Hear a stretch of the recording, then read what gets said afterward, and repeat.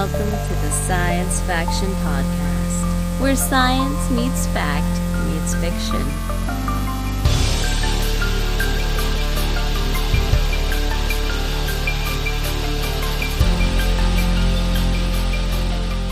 This is Science Faction for the week of September 21st, 2025.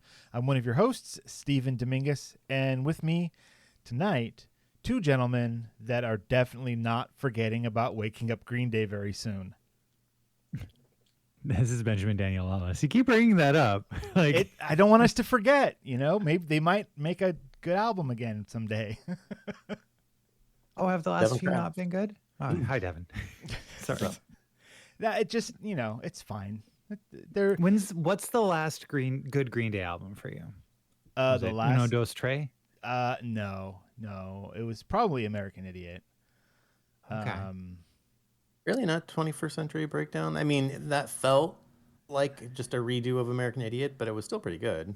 Yeah, I mean, that's the whole thing, is it's like you can't just try to redo the same thing again.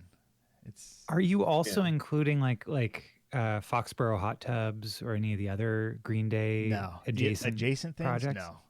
No, because Okay. all of them are terrible. I liked Foxborough Hot Tubs. I thought that was pretty good. What about And the network? The network was all right. The network? Yeah, I remember the network. Yeah. It was all Yeah, the weird network was stuff. all right. I am like happy that it exists and they were able to express themselves and their art in different ways. It's just not anything that I'm excited to put on and listen to. Like, I'll go back and listen to Dookie. I will listen to Warning, and I will listen to American Idiot. And even American Idiot, it's like got to be from the beginning to the end. It's like one big story for me. Like, I don't just put it on shuffle. No, it's because you follow the plot. Anyways. I mean, I think that all they just need to do is make a sequel to Angus and have the same bands make new songs on the soundtrack in that vibe, and then boom. That'd be fantastic. Because JAR off of the Angus soundtrack is Green Day's best song. Like, it's really bar good. none. It's really, really good. Jason Andrew Relva is what that stands for. So what's up, Devon? Any new Metallica news? Since we're talking about old stuff that used to be cool. No new news that I can think of. All right. That's too bad. Fair enough. Yeah. Uh, I mean, they put out a new album like a year ago or 2 years ago, so it's going to be another 5 years before they put out another album. I mean, they're getting pretty old, man. How long do you think are they going to be like Rolling Stones and just go until they rot? I think so. They don't show any signs of slowing down. I mean, their touring schedule is still pretty crazy, so. Fair enough. Yeah. Why not? They have announced their final farewell tour scheduled to kick off this year. Final farewell tour? Metallica? Yeah, according to Metallica? rockcelebrities.net. Here's a crazy video, or I think that the image from it is really interesting. It's just the four doubt faces this is going to in be there. legit. Oh, Happy Fool's Day. Nah, never mind. Happy April Fool's Day. There's no way. I would have. I mean, the last news I heard about them. Oh, I guess this is news. They were going to have a residency at the Sphere in Vegas.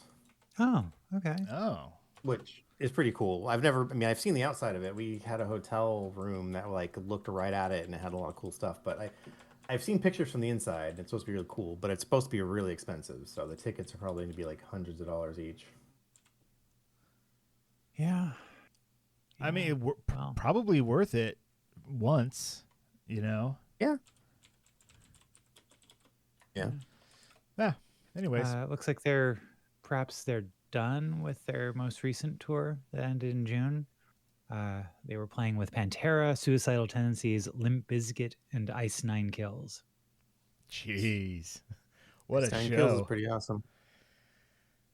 They're all awesome, but although Pantera, It's they got not the singer. It's not Pantera. It's kind of like a Pantera cover band with the original singer, but Oh man. Oh, Dimebag, what happened?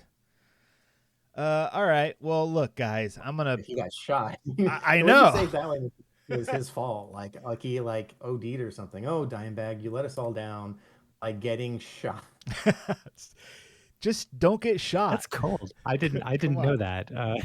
So on stage by a fan. Well, Yeah, fan murdered him. Fan, but, Whoa. Yeah.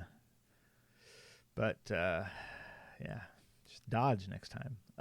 Let's. Dude, not cool. I know it's not cool at all, but we got to start talking about something else. Devon, you went on a cruise? I'm going on a cruise next weekend. I feel like you've been on like 12 cruises this past month. I've been on one cruise, and I've mentioned the one coming up a couple times. All right. Well, where's this one to? Same place, Cozumel, just because it's convenient, because it goes out of Galveston, Texas, and then it's like a 4-day cruise, so it's a good amount of time to not take up too much time, but still be enough to where you get, good vacation. So there's that. Cool.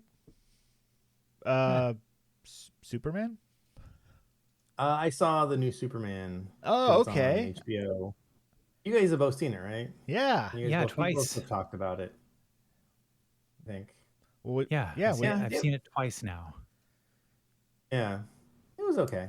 I think I'd heard it was Disagree. good. Hard disagree. It was very good. Okay. Well, I'll give you Jen's review was I had low expectations and it did not surpass my expectations. Oh, Wow. whoa. Dang. Which I thought was that's stone cold. I liked the character Superman. I really liked his portrayal of it and how like he was like a genuine like good person. I liked that. Yeah. But the whole that was plot really was cool. just very muddled and just weird. But yeah. Yeah. There's my review. Muddled and weird, but Superman was good. Like this podcast. Yeah, 100%. All right, fair enough. Cool. I'm pretty sure Ben and I thought much higher of it, but we've talked about it. Yeah. It's all good. Yeah. I see you wrote down Twisted Metal as well. I saw that are they about to start a second season, or what's going on with The second, that? yeah, the second season is out. Okay. We're like halfway through the second season. So I'd watched the first season and then I just rewatched it with Jen, and then we're watching the second season now, and it's really good. I think if you like, it's like watching. It's kind of like Fallout because it is post-apocalyptic, but there are cities and there's different groups of people doing things, and like the the lack of realism is also kind of like Fallout. How it's like, things are like beaten up and rusted, but we don't really worry too much about finding food and bullets and things because they're still everywhere. Even though it's been 20 years since society collapsed, we can still find everything we need somewhat easily. Right, right. And then just the crazy, like, I'm sure it's all in the. I've never played the video game, so I'm sure all this crazy stuff's in the video game, but just characters who just have really weird things going on and characteristics. But it's a fun show. It's really well done. It's funny. It's like it does a really good job of like developing the characters. I think that's like the big thing is like it feels like they really tried to make a good TV show, not just a good like action show. So I highly recommend it. All right. Wow. Awesome. Ben, did you ever play Twisted Metal? I have played Twisted Metal. I was more a Vigilante 8 fan, though, if we're talking about 32-bit arena car shooters. Nobody knows what you're talking about, Ben. Yeah, I understand. The 4 other people that know do not listen to our podcast. They just threw their fists in the air and they said, Ben Lawless, he's got it right. They were sitting around, in different parts of the world, and suddenly they all got goosebumps at the same time, and they looked up slowly. That's right. Yeah. Somebody said it. Somebody evoked. If we say its name 3 times, it will appear. Vigilante 8. But no, not much Twisted Metal. How about you, Stephen? My buddy Mike had There's Twisted Metal on his PlayStation. Yeah, the PlayStation. Yeah, I think. there's 4 of them, I think. Oh, I don't even know which one, but we would play that. And as far as lore goes, Devon, I don't know. It's just cars shooting at each other, like in a big arena. So then a lot of the lore, then it must be all made up for the TV show then. Yeah, or whatever lore Yeah. there was, it wasn't in the forefront of the game to like pay attention to.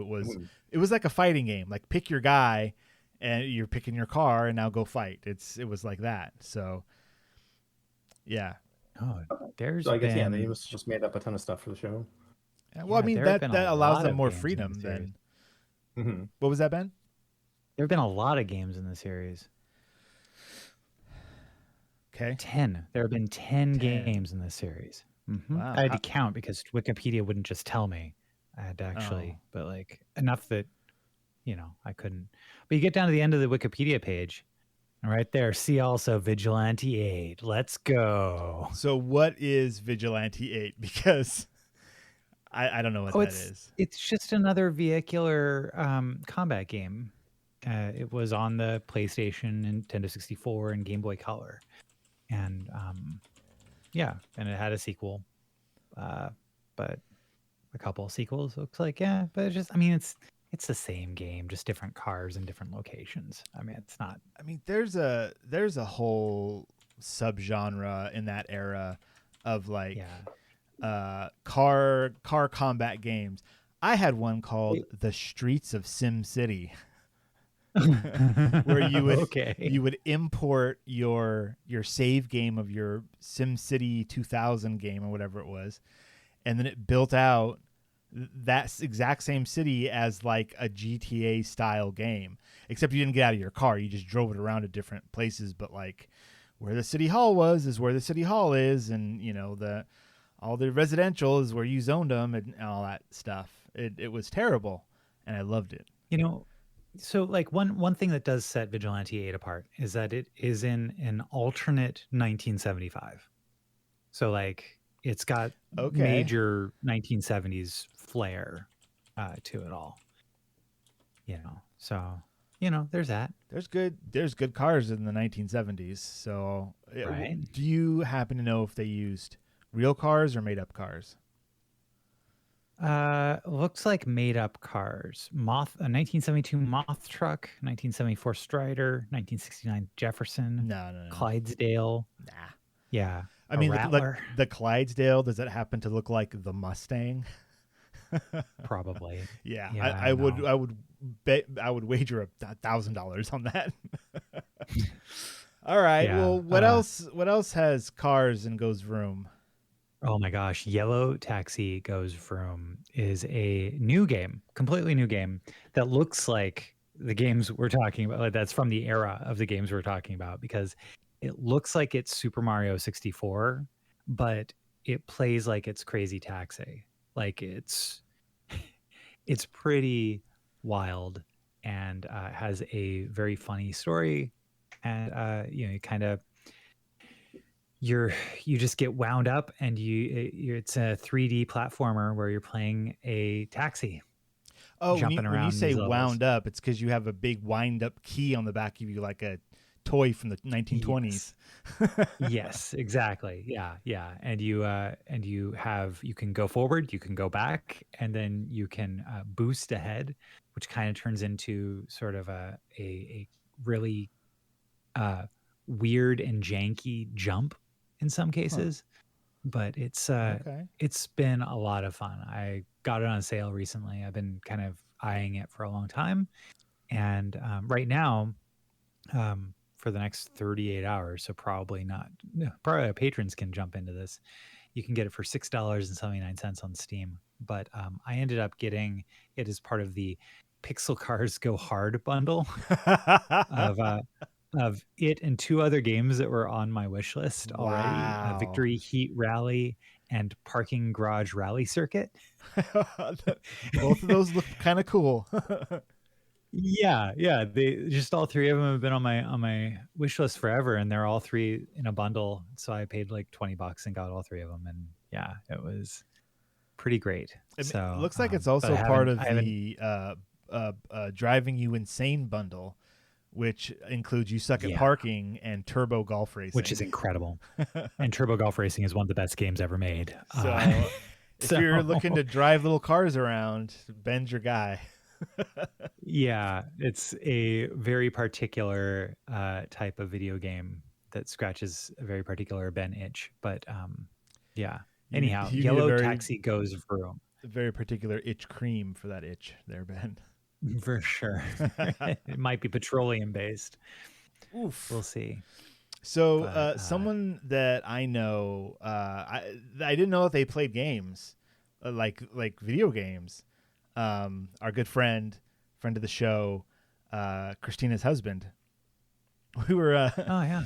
we were playing Shatterpoint the other day, and I'm going to talk about that in a second. But he mentioned that he was enjoying Stardew Valley. And I was like, dude, right on, because that is a banger of a game. And then I talked to him about Graveyard Keeper. Did you ever play that one, Ben? No, I haven't played that one. Oh, that's great because it's a very similar game loop and progression and everything that Stardew Valley has, except you're in some kind of afterlife and you're a grave keeper, like graveyard keeper.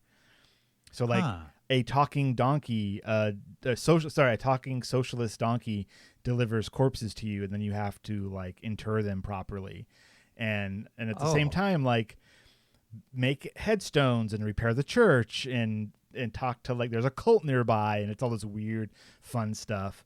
But it's the same game loop where like, oh, you have to take care of stuff every day. You only have so much energy, you know, like, oh, the day's only so long, and all those kinds of things. And you know, it's a farming simulator, just a little different. Yeah, just a little darker. It's, darker. After dark. Yeah, for sure. But anyways, we played some Shatterpoint, which was great.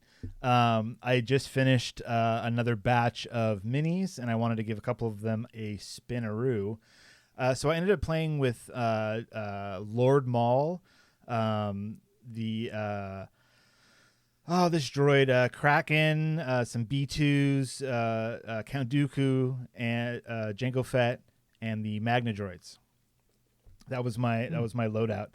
And Greg was doing the entire Rogue One, the two sets that is Rogue One. So we had Andor and K2SO and Rebellion Pathfinders, and then Jyn Erso, and who else was it? Bodhi Rook, the pilot, and then Baze Malbus and Chitwe Emafor. I don't know, however you say his name. All those guys. He was all of them. All painted up, ready to go. We had a nice board set out. And I thought I was going to lose very, very quickly. But I ended up winning the first round, which was pretty cool. Maul did a bunch of business and got himself killed, which I thought was like, okay, he's one of my primary guys, and he's out of the game now, and this is the first round. Like, that was a bad move. But it turns out it was fine. So the second round, Greg got, and like really quick too, within like 15 minutes or something, just because of the ways that between the rounds, the different points on the board that you have to capture change, like which ones are active and inactive. And so how round one ends is of course how round two begins, but there's different points. He was just in a better position, and just that round two, he just blew me out of the water. And I was like, okay, don't have Maul. At this point, everyone's damaged a little bit. No one is off the board yet, but it's getting a little risky. And then the final round we played, it was close, back and forth until I took out I think I took out Andor, and that nudged me just like 1 point ahead. That then ended up finishing that last struggle. It was epic, you guys. It was a lot of fun. Right on. Right on. Yeah. Anyways, Shatterpoint, still an awesome mini squad game stuff. And if you want to know more, Go on Discord. I'll happily talk about it forever. All right. At this point, let's move on to a little bit of future or now. Future. Oh, you messed me up. All right. Keep messing me up, Ben. What have you brought to the table this week? Well, if you think I'm not going to talk about new Star Trek series, well, you're wrong. We have 2 new official Star Trek series, and I don't understand, you guys. If anybody's interested in my feelings on the most recent season of Strange New Worlds, last episode's Patreon will give you a lot of that. But I don't understand how so near to the end of that season do they start 2 new Star Trek series. Now, sure, this first one that I'm going to talk about, it's called Star Trek Scouts. Okay. It's a show for preschoolers. Like I'm just gonna, okay. yeah, but it has Star Trek in the title, so you bet you're Ben's gonna watch it. Oh boy. Yeah, okay. Yeah, the artwork. This looks just like the Spidey and Friends that's out there, right. and like that same so chibi style kid friendly stuff, which is fine. It's actually on the same YouTube channel as Blaze and the Monster Machines. So like if you're of a particular age or have have kids of a particular age, you know what you're getting into.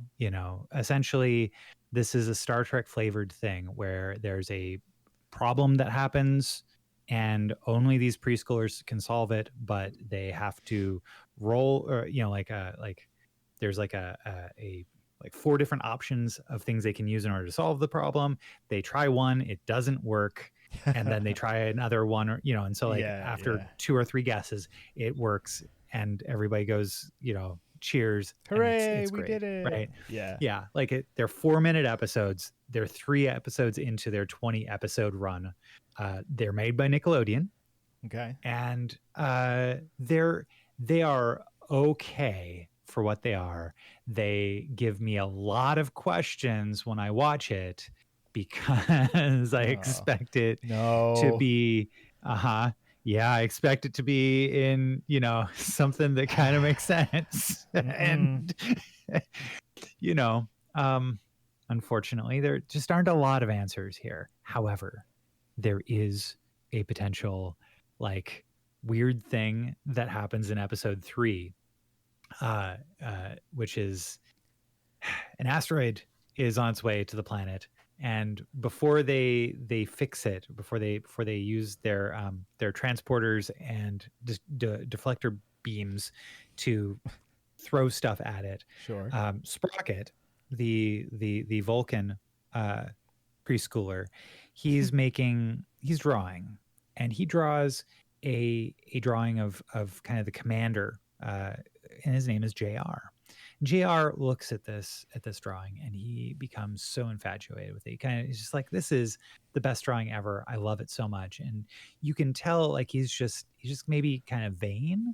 Mm-hmm. And perhaps kind of the internet theory right now is that perhaps JR is none other than a young Jack Ransom, the commander on the USS Cerrito from Star Trek Lower Decks. Cerritos. That's so fun. That's true. It's a neat little fan theory, and it's absolutely ridiculous. Yes, but so anyhow, what I'm telling you is, if you're not a preschooler, you don't need to watch it. It's okay. There is nothing in there that really necessarily tells you anything about the Star Trek universe that you didn't already know if you've been paying attention. Wouldn't it be great if there's some lore breaking stuff in there? Dude, that would be cool. That's where all the good Trek is hidden in the preschool show. We're going to talk about racism. Prodigy Let's kind go. of already did that. Right. Yeah. Star Trek Prodigy kind of already did that. But if you want to hear good Star Trek, I recommend Star Trek Con, which is a new audio drama that's released in podcast form over 3 episodes. and it's from basically Nicholas Meyer, who wrote Star Trek II: The Wrath of Khan. Mm-hmm. He wrote the story treatment for this, and Christian Bayer, who's one of the staff writers of a lot of the new Trek, but also has been writing Star Trek novels for for over 2 decades now, along with David Mack, another celebrated Star Trek novelist. They made it into a full-fledged, wrote it out as a full-fledged 3-part audio drama. I've listened to the first 2 parts that are out now, and they're really good. How is it produced? Like they have sounds and stuff like that? Yes.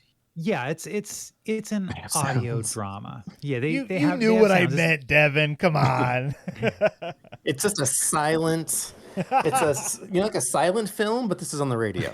A silent podcast. Yes, sounds great. Yeah, but what's also kind of fascinating is the actors that they got for it. So Naveen Andrews, who you know as Saeed from Lost, he plays Khan. Great, fantastic, I love it. Yeah, and Marla McGivers is played who in Space Seed was the historian on the ship that kind of betrays the ship to go with Khan. She's played by, oh gosh, I'm going to totally get this wrong. Ren Schmidt from For All Mankind. Yeah. Who's that? Ren Schmidt played who's the woman who defected to Russia at the end of the last season of For All Mankind? Oh, she was like the head of NASA. What was her name? Yeah. Margot? Yeah, Margot. Mm-hmm. Yeah, so she's okay. So that actress is doing the voice of another character in this. Yeah, okay, got it. And then on top of it, it also has George Takei as Sulu, Tim Russ as Ensign Tuvok. Ensign Tuvok. Yes, yeah, because this story, kind of the overarching story, is it takes place around the time of Star Trek VI, The Undiscovered Country, and basically there's a historian that wants to find out what happened on SETI Alpha 5 prior to the events of Star Trek II. Okay. And so there's this overarching story, but the meat of the story is, well, what happened after Khan was exiled on SETI Alpha 5 and was trying to start a new society with all of his augments, and how, what they, how this warlord from the 1990s on Earth makes his way to trying to tame this beautiful but unforgiving landscape. And yeah, I'm really enjoying it, you guys. Like, yeah, right on. It's just going to be 3 in total, and then it's like one. The story's done. Okay. Right. Yeah. You know what they should do with Star Trek? I don't know, but feels like it. Here's what they should do with Star Trek. I've solved it. I just solved it right now. Oh, okay. A new show. I would prefer it animated, but if they want to do it live action, that's fine as well. A new show called Star Trek Generations, right? Which makes you think. But it's a series of stories. Nothing's ever been called that before. What? Nothing's ever been called that before, but that's okay. Yeah. We'll work on the name. Put a Z at the end or something. It's fine. No. Next Generations. There you go. Okay. Star Trek Next Generations. And what it is, it's an anthology show that goes through all of the crazy history of Star Trek that pinpoints the weird time, like the eugenics wars of the 90s. Like it goes through all of that stuff and tweaks and bends the story to have, not tweaks, but shows some kind of linear path of how we got to the Federation. Here's the lows and the highs and all this stuff, and include all the weird time travel stuff and the whatnot. And that would be fun. Tell me that wouldn't be fun. That would be cool. Yeah, it's interesting, like, because my son and I we're rewatching both season 1 of Star Trek Voyager and season 1 of Star Trek Discovery, kind of on a whim, as we're Okay. kind of going back and forth on episodes, and it's interesting thinking about how good Star Trek Discovery season 1 is. Like, Mm-hmm. it was so good, but also how much better it could have been with like a lot of, if they had kept with original showrunners, if they'd kept with the original ideas that they had for the show, which I had heard that one of the things that they were considering doing was that every season would be following a different crew, like in a different era, Oh. and For and what essentially show they were going to do that? Star Trek Discovery. Oh, Discovery. Okay. Yeah, was sort of like one of the early pitches for it was like, hey, don't get too comfortable, but we're going to tell like season-long story arc, and then that's it, and then the next season's going to be a completely different story in the Star Trek universe. That's how Stranger Things was first pitched as well. It was Hmm. like, oh, okay, if one season you got the kids and the weird stuff, and then it's done, and the next season it would be a totally different cast, different story, all that stuff. But then it was so popular that they were like, oh, let's do it some more. Now the Yeah. kids are in their 40s still playing teenagers. It's ridiculous. It's the problem with casting Yeah, kids, anyhow. man. But All right. yeah, Well, like it's good enough in terms of Star Trek Khan's good enough in terms of casting that Naveen Andrews he's now my new Khan. Like he just Ooh. does a great job as Khan. Cool. Yeah. No way he's better than Ricardo Montalban. Ricardo. no Benedict Cumberbatch. I don't know who's that Oh, guy. That's he was fine as whatever the character was that he was introduced as in that film, but he did not need to be Khan, and boy, that was not a great decision. All right. Anyhow, Let's move how on about- from how that about- decision. Yeah, I mean, certainly. We're done with Star Trek, right? Right, Steven? Certainly Right? not. I have Star Trek news. What? But once you see what it's connected to, it will all make sense. Star Trek is now going to have official Lego sets. All right. Yeah. More than one. We know that. Well, yes and no. There have been leaks.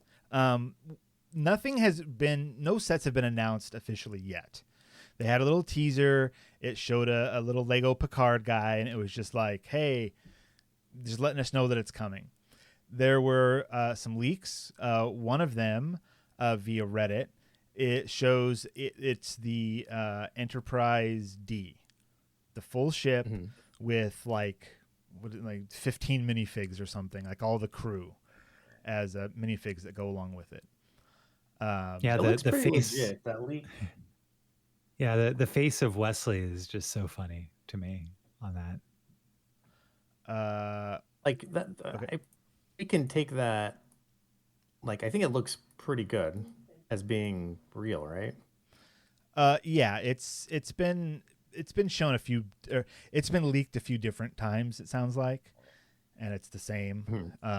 So yeah, I think this is pretty legit. And as a avid Lego person, this looks like a Lego set.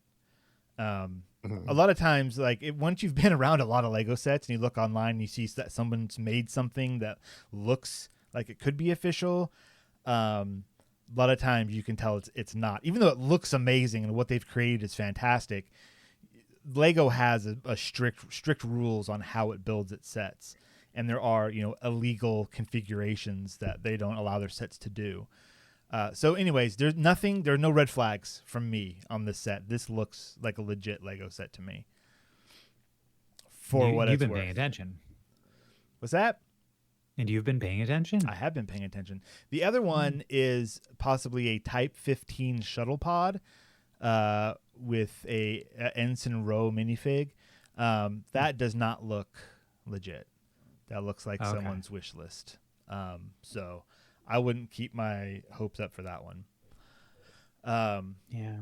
But a shuttle like that would go really well with as a companion piece to this Enterprise D. That would be really cool. I'm looking around like, what do I have that was like something big, and then like other things came. I'm thinking about like the NASA stuff. Which is behind me. I think the new Death Star, like you can get, I don't know if it costs extra or it comes with it as an extra side thing, but a shuttlecraft is like a separate set, but it goes with the Death Star. Huh. Okay. Yeah, I know that there's a new Death Star 2. It looks like a diorama. Really, it's not a big sphere like the last one. It's just it's a deep circle with lots of levels. Looks kind of cool, but like it's so big that there's no way I couldn't fit that anywhere, and so it's also $1,000. I mean, yeah, there's that as well. If I had $1,000, I'd pick myself up the newest Falcon, which is a cool set. Anyways, what do you guys think as elder millennials now that have some pocket change? Is this a Lego set that you drop some money on? Yeah, definitely. If the rumor is also that's $400, so it's pricey. I mean, it's not as much as like the Falcon that I bought, which was like $800. Yeah. So we're talking; these are really high price sets. This looks about half the size of the Falcon too.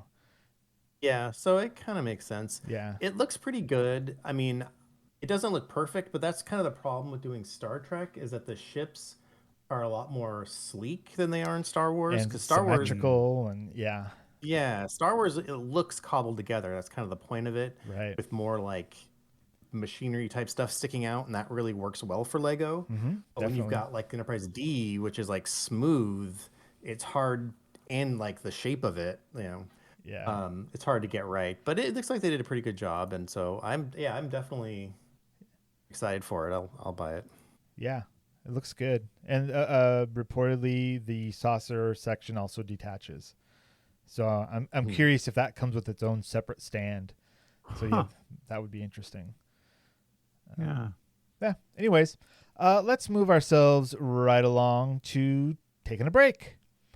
It's that time again for some book club. So we're going to take a break.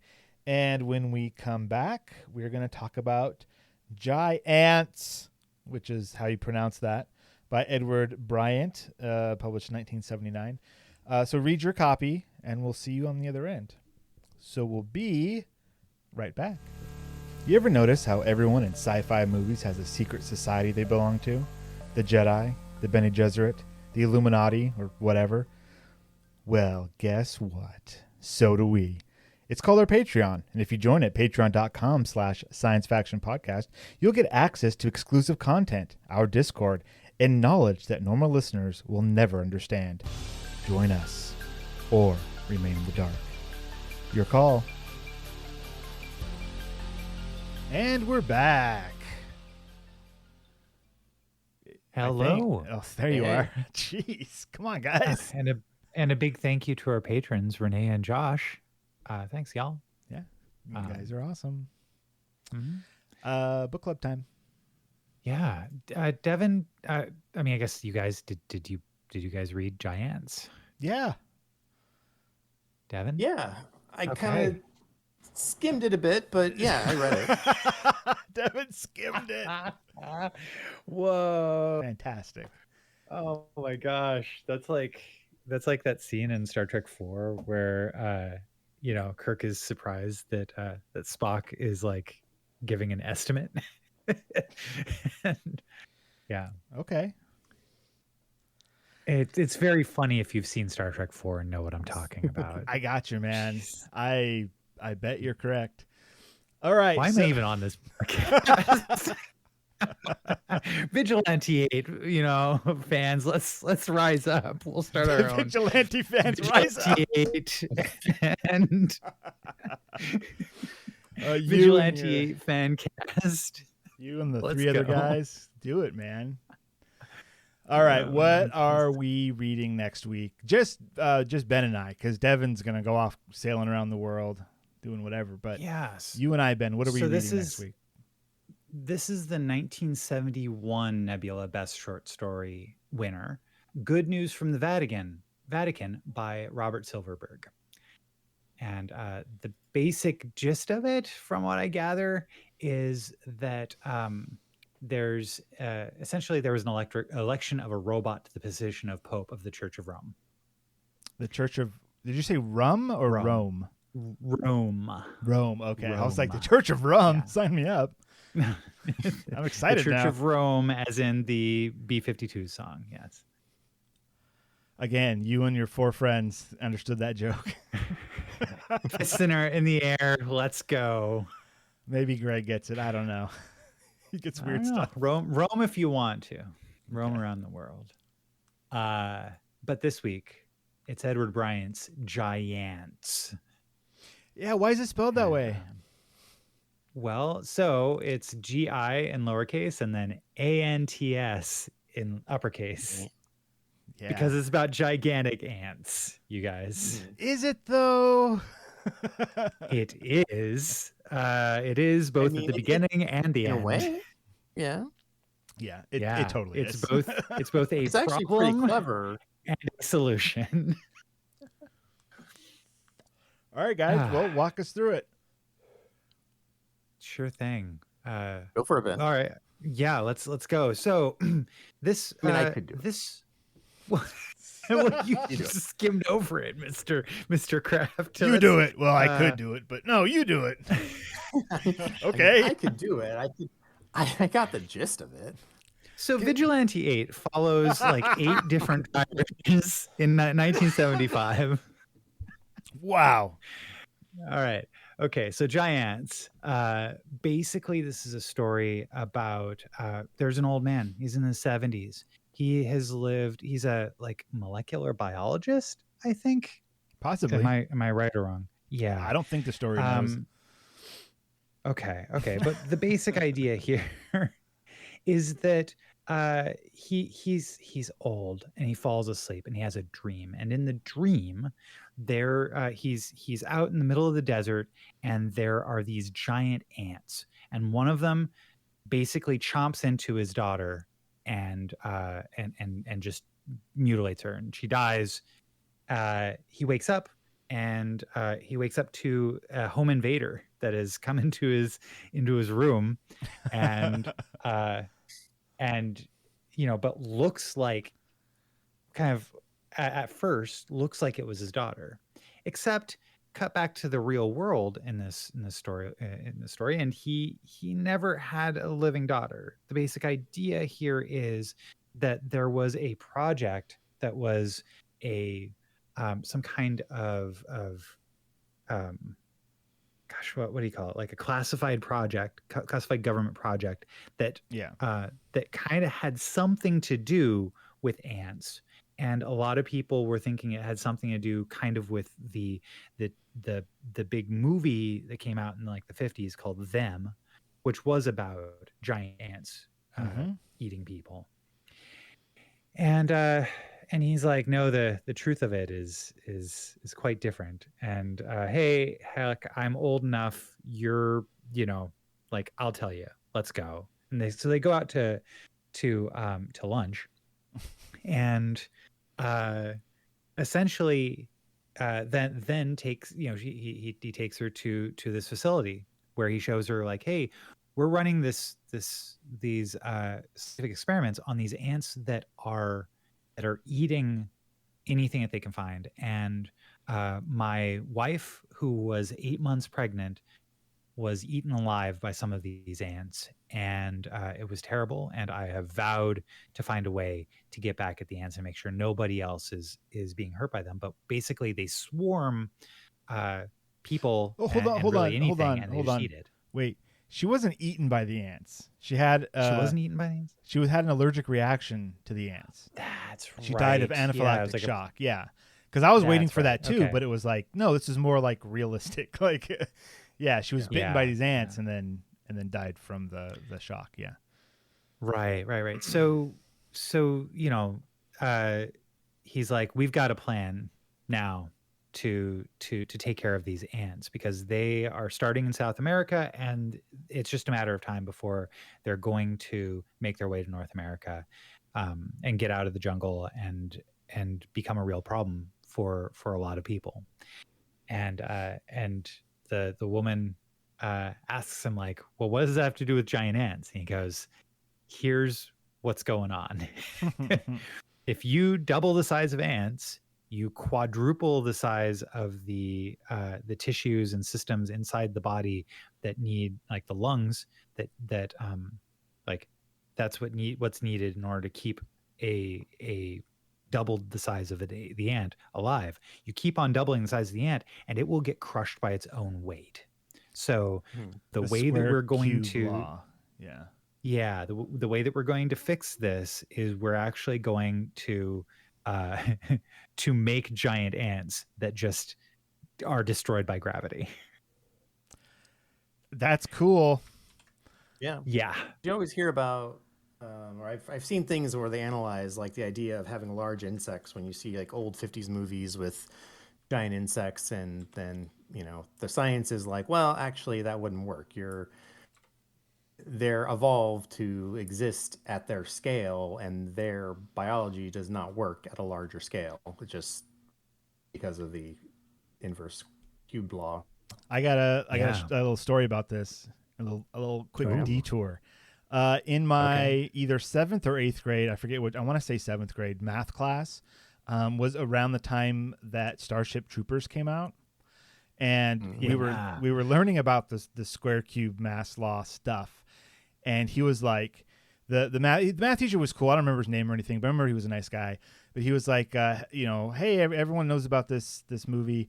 I'm going to tell you mathematically how it's impossible for these bugs to exist.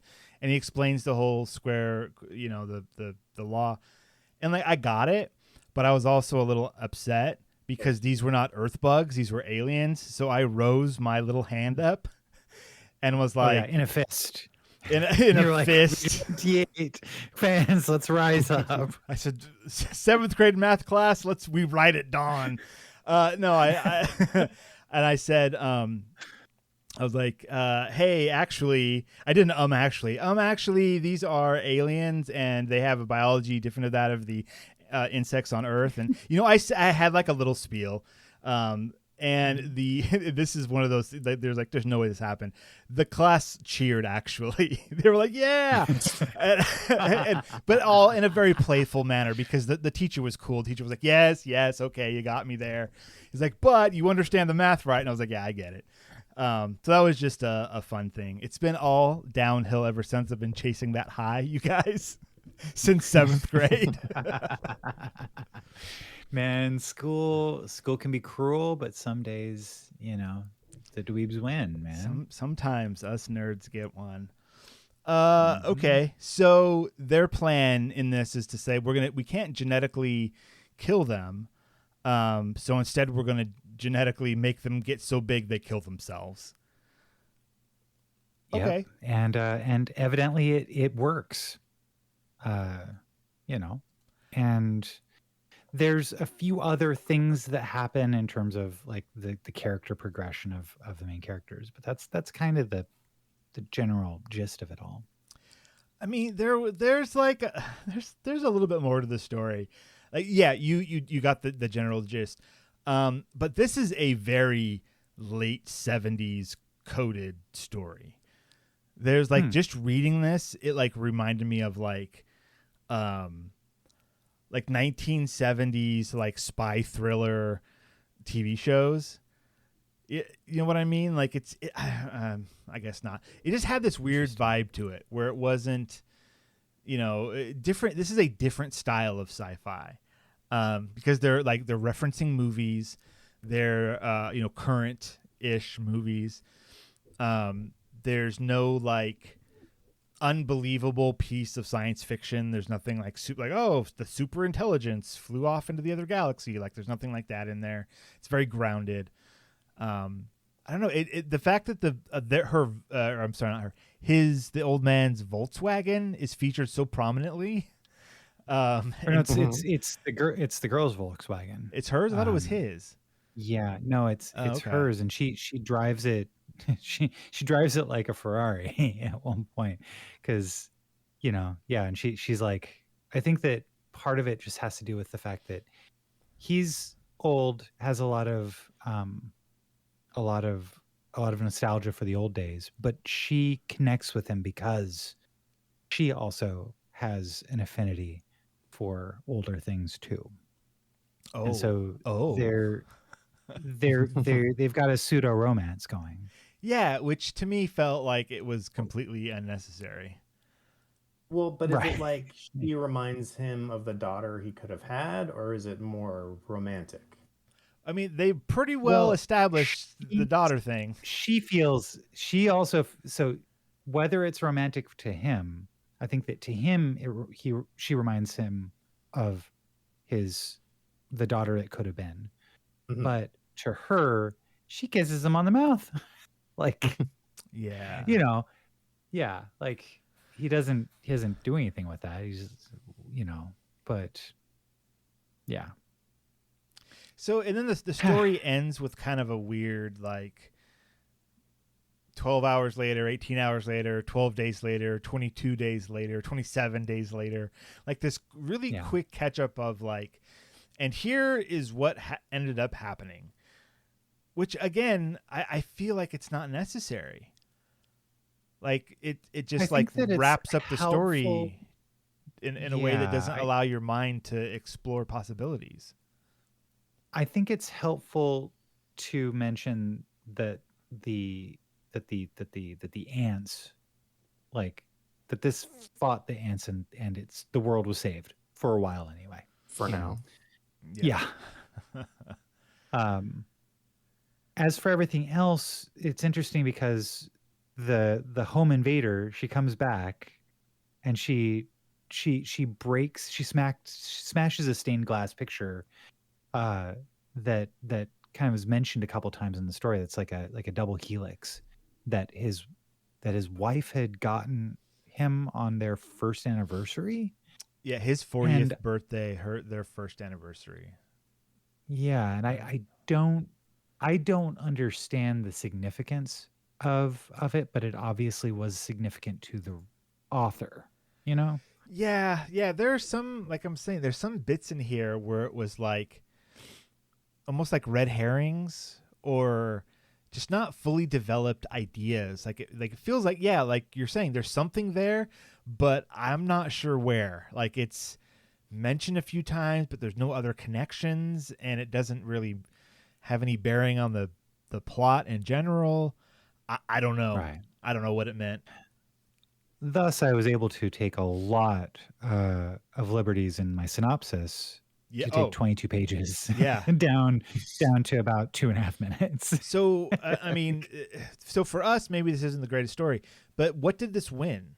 This was like, this is it won the Nebula Short Story Award in 1979, I think. Okay. Yeah, 1979. Okay. Yes.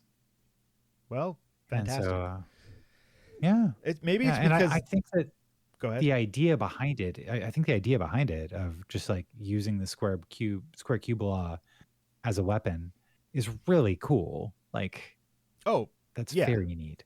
That is awesome. Yeah, I like that. All right, Devon, do you have anything to say about this? I mean, I think we covered it. It's it's got a lot of themes going on with like the science and nature stuff that, especially like you were saying, like 70s was a big time for environmentalism. So, okay, and they do talk about the bees a few times. I think they allude to like an invasive species of bees that were they tried to kill them and ended up killing people too, something like that. Yeah. Okay. What made you just skim it? Is it because you weren't enjoying it, or you were running out of time? I just didn't have a lot of time. Okay, fair enough. I was curious if you like started reading it and you were like, ugh, and just like rolled your eyes and just skimmed the rest of it. No, I just reading. I just have to set aside the time to read, and I just didn't. I should have. No, I got you. I got you. Either something like this, because a few times we've read something where there was no audio version available, and I would either during work set aside some time to read it or before bed read it, but I just didn't have time to do those. So unfortunately, I didn't really set aside enough time to read all of it. So fair enough. Man, what are you doing? Being a good father? All right. Oh, jeez. All right. Well, hey, this episode's a little short. It's a little shorter, guys. Is that okay? That's all right. That's all right, Yeah. right? Yeah. Yeah. I mean, unless you're a patron. If you're a patron, problem. this is a normal sized episode because we got all the bonuses, all the good stuff. You know, it's trapped behind a paywall, but that's what this is. You knew what you signed up for. Who am I talking to here? So it's their fault. Okay. It's their fault. Come on. Anyway. All right. Wait, hold on. Ben, you took care of my dog and chickens the last day. How many eggs did you get, man, in total? I think Do you know? I think we got 10. 10. 2 days. There you go. Yeah, I Enjoy. wasn't the one taking care of the chickens. That was the rest of my family. I was taking care of your dog Oh, well, and thank giving you. her a lot of love and a lot of attention She and a lot of needs sweet pets. Good. Thank you so Yeah. much. sure. Your wife sent me a picture of your son meditating with the chickens, which I thought was hilarious. My kids thought it was hilarious as well. Yeah, and I came up with the idea like, okay, because she was like, well, why don't you do like a yoga with the chickens? Get a bunch of people into paying like $50 to do yoga with your chickens. And I was like, no, silent disco with the chickens is like, I mean, that if you can get their heads bobbing just right, that could be killer. Yeah, I'm down. Oh man! All right, we're done here. Devon, you must be so disgusted with us. Do you have any final words for us? No, I don't have any final words. Okay, Ben, do you have anything you'd like to say? Do you know what's worse than a box full of giant ants? A box that was supposed to be full of giant ants. Good night, everybody.